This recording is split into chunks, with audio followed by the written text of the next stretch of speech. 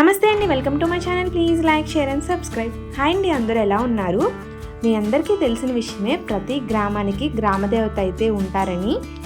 ఇక్కడ పెద్దింట్లమ్మ అమ్మవారు గ్రామదేవతగా అయితే ఉంటారు. చుట్టుపక్కల ఊళ్ళన్నీ కూడా ఈ అమ్మవారు చల్లగా చూస్తూ ఉంటారని నమ్ముతారు. అయితే మనం నమ్మే 101 మంది అమ్మవార్లలో మొట్టమొదటి అమ్మవారు ఈ పెద్దింట్లమ్మ అమ్మవారు. అలాగే పార్వతీ స్వరూపంగా కూడా ఇక్కడి అమ్మవారిని అయితే భావిస్తారు. మత్స్యకారులు అయితే కులదైవంగా అయితే భావిస్తారంటండి. ఇక్కడ మొత్తం కొల్లేటు సరస్సు కదా, అందుకే మత్స్యకారుల సంఖ్య ఎక్కువగానే ఉంటుంది. ఇక్కడికి నేను ఫస్ట్ 6 years బ్యాక్ వచ్చాము. మొత్తం మా ఫ్యామిలీ అంతా, అత్తయ్య, మావయ్య, మా మధ్యగారులు అందరూ, మా తోటిగోళ్ళు కలిసి. అప్పుడు మా చిన్నోడు పెద్దోడు చాలా చిన్నోడు.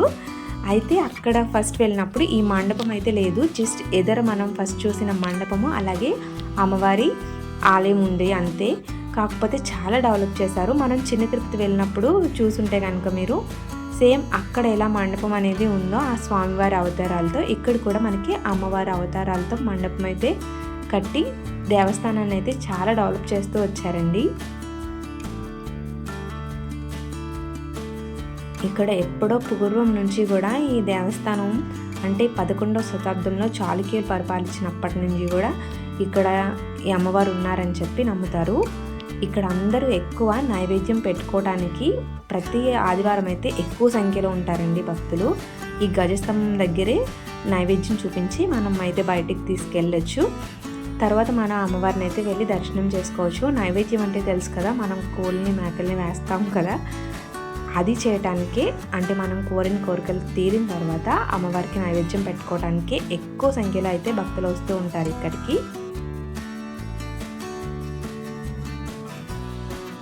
మనం లోపల అమ్మవారిని చూస్తే కనుక మనకి ఒక్కసారే అంత పెద్ద పెద్ద కళ్ళతో ఎంత నిండుగా ఉన్నారో అమ్మవారు, అలాగే మనల్ని చూస్తున్నారు అన్న ఫీల్ అయితే వస్తుంది మనకి.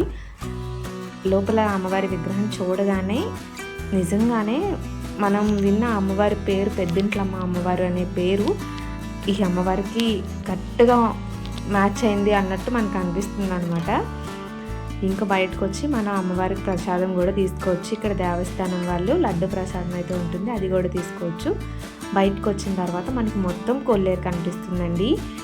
చిన్నప్పుడు అందరూ చదువుకునే ఉంటారు సోషల్లో, కొల్లేరు సరస్సు మనకి ఉంది, మంచినీటి సరస్సు అని. అయితే ఇక్కడికి వలస పక్షులు కూడా వస్తాయి. విదేశాల నుంచి వచ్చి ఆ వలస పక్షులను చూడటానికి విదేశీ పర్యాటకులు కూడా ఎక్కువ సంఖ్యలోనే వస్తారంటండి. మంచి టూరిస్ట్ ప్లేస్గా కూడా ఈ ప్లేస్ అయితే డెవలప్ చెందుతూ ఉంది.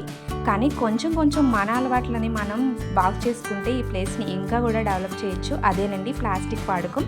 వీడియో నచ్చితే లైక్ చేయండి. Thank you for watching.